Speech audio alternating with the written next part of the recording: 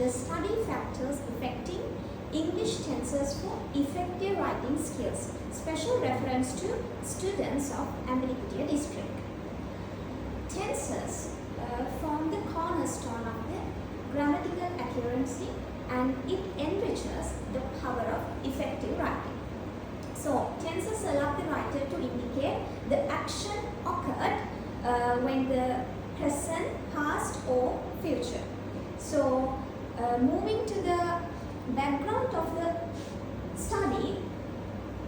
So, in Sri Lankan context, English language is considered as the second language and the medium of the different subjects and levels of the education.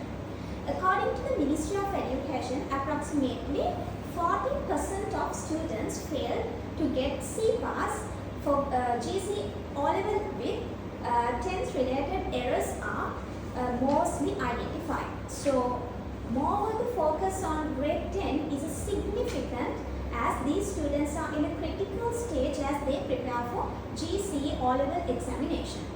Furthermore, writing is a key component for them in this examination. So, therefore, this research aims to explore the factors influencing tenses for effective writing skills among grade 10 students in Ambaliputia district. According to Perera 2016, rural students in Sri Lanka have less access to English media to get an opportunity to practice outside of schools. So, the study also highlighted writing tasks often when switching tenses between present and past. So, the study also highlighted that students' lack of understanding of tense aspects. Due to these challenges, it affects the results of grade 10 students as they are at a critical stage to face O-level examination within a year. Moving to the research problems. So, the ability to use tenses correctly in writing is an essential skill for young learners and it is very important. So, it directly impacts on clarity, coherence and also accuracy in communication. So, however, many grade 10 students in Ambaliputia district of Sri Lanka are struggling with English tenses in their written tasks. So, the students often make errors such as incorrect tense forms, confusion between different tenses, and these challenges affect their writing and academic context. Although English is a part of school curriculum, there is limited research on how these difficulties impact their overall language proficiency. So, by addressing these problems, the problem statement can be deducted as students' linguistic background, insufficient teaching methods, limited resources for grade 10 students in Ambaliputia district to use English language tenses in their writing and it affect their O-level examination. Moving to the research questions. So, what it mentioned as what are the specific difficulties grade 10 students in Ambaliputia district faced when using English tenses in their writing? What are the linguistic factors that contribute to the difficulties in using English tenses correctly in writing? What role do teaching methods and classroom practices play in the students' difficulties with English tenses in writing? So, after extensive research and questions, so this action research aims to provide a comprehensive understanding to fulfill the following aims and objectives as to identify the specific difficulties of grade 10 students facing using English language tenses in their written task and to analyze the impact of these difficulties on the overall writing skills and academic performance of grade 10 students and to suggest methods that can overcome the difficulties of using English tenses in writing. Moving to the literature review of this study, there are many studies that are specifically focused on identifying how Sri Lankan students and even more Especially rural students from districts like Amelipitia district find it difficult to deal with English tenses. So there is a significant lack of literature for the impact of local variables like first language influence, instructional context and instructional methods on Sri Lankan learners' acquisition of English tenses. So, much of researchers on tense acquisition and writing has focused on urban areas with limited attention to rural areas like Amelipitia. Therefore, this study aims to fill that gap. And there is lack of attention for long-term impact of teaching tenses in writing, as most focus on short-term interventions. So, particularly, all of the second language acquisition research, according to Krishnan, is interested in overall grammar issues and not in deconstructing the actual tense-specific mistakes learners make. And also some studies done by Gudavardhana 2017 and Vijayasekara in 2020 have examined general grammar errors in Sri Lankan students' writing and not tense errors specifically. So, future studies need to investigate how the structural mismatch between Sinhala and English leads to tense errors in writing. And also, the literature acknowledges the role played methods in teaching grammar, and however, most research deals with general methods of teaching grammar and not teaching English tenses specifically. And also, to exposure to language, it's a significant aspect of second language acquisition. However, so no study so far has been concerned with how exposure can affect Sri Lankan students to produce English tenses in writing. So, the majority of the students in rural towns like Amelipitia do not have exposure to English speaking environments, and this could affect them in the way of picking up tense structures naturally. So, that's how this research is different from the previous research, previous studies. Moving to the theoretical background framework of the study, according to Krishnan's input hypothesis theory. So, this theory advances the idea that other learners acquire another language best by being presented with language input one step above where they presently are. And also it is advanced in the hypothesis that students learn best when being presented with those units of language which they can recognize and they can get understand. According to the effective filter hypothesis theory, it's also a part of Krishnan's overall hypothesis. So that suggests that effective stages such as self-confidence, motivation, that can influence the acquisition of the language. Moving to Piaget's cognitive development theory,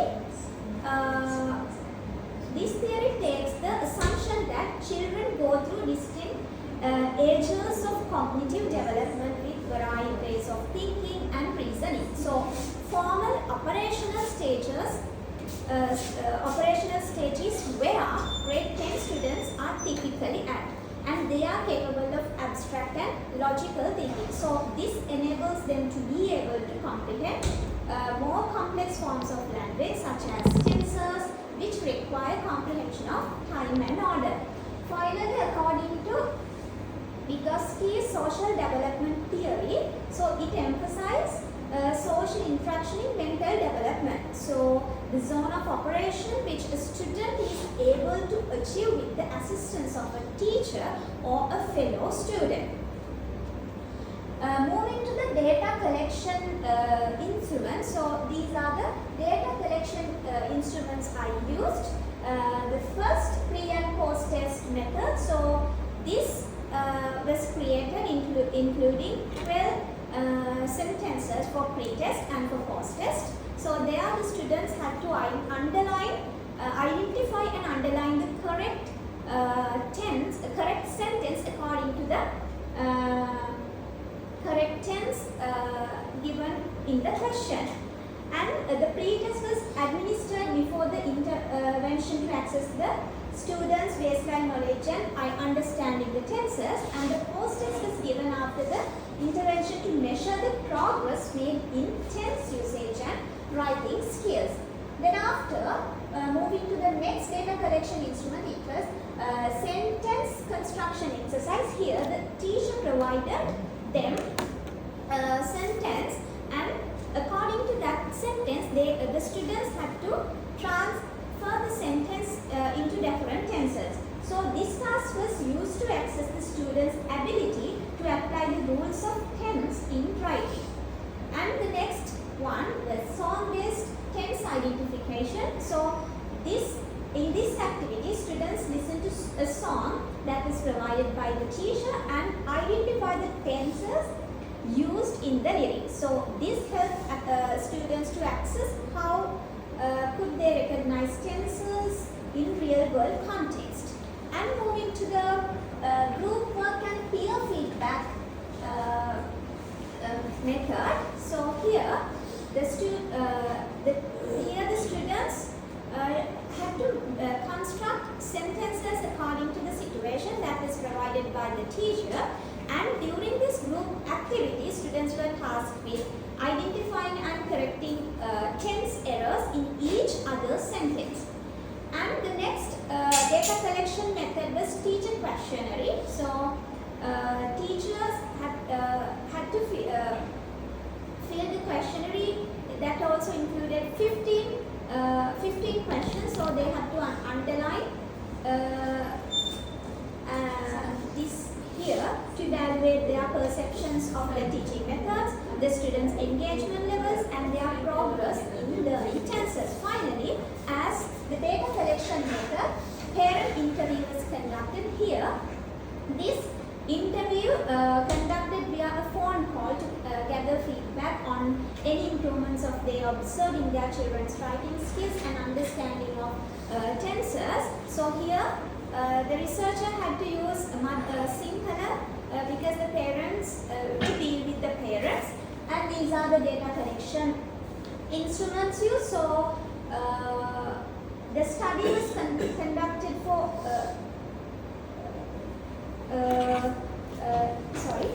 the study was limited to young learners who are in age limits between 15 to 16.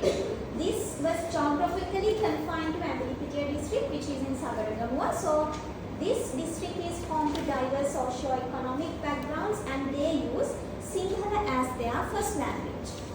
And there are 7 main districts in Sabaragamuwa. So among them there are 88 schools in this in Amelipitia district. Out of 88, more than 44 schools are rural. However, to limit this study, 2 schools were randomly selected, and the population for the research was 30 students, 4 teachers and 4 students, and overall the population was 38, and random sampling method used to select the representatives as well.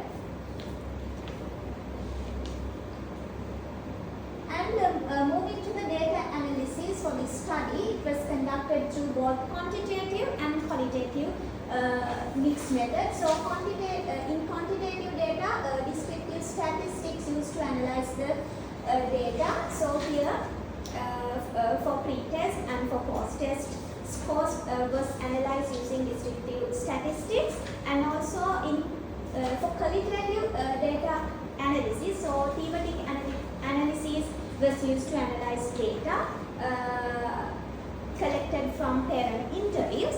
And here moving to the pre-test and post-test scores. So before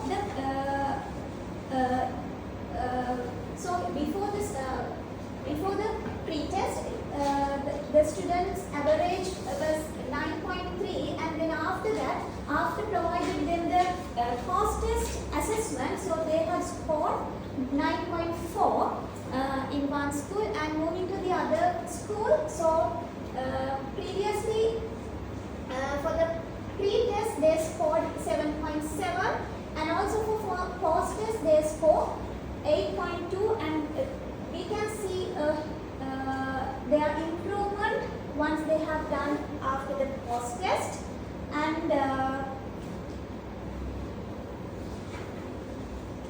moving to the findings of the study, so students face challenges in mastering tenses, particularly with the correct usage of present tense, past and future, and also I identified as motivated students perform better, and also interactive, communicative and context-based teaching methods are more effective than traditional methods, because using technology is more effective for students, and regional and socio-economic factors influence students' understanding and application of tenses.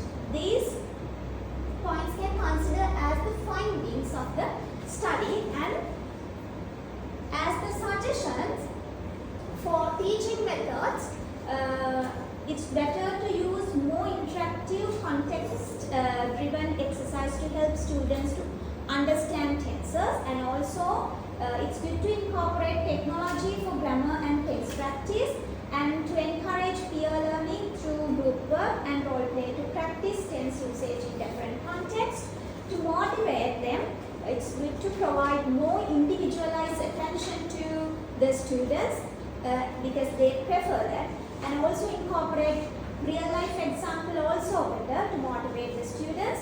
And for the curriculum, it's good to include more focused grammar practice in the English syllabus for grade 10 students. So the findings of this study will contribute to the development of more effective teaching strategies, focusing on both the cognitive and practical aspects of text usage, and it will also help to inform education policies and curriculum development, particularly in rural schools, to ensure that students have the skills necessary to use the English tenses accurately and effectively in writing, and also that will support to enhance their O-level English results as well. These are the references I used, and these are the appendix I attached.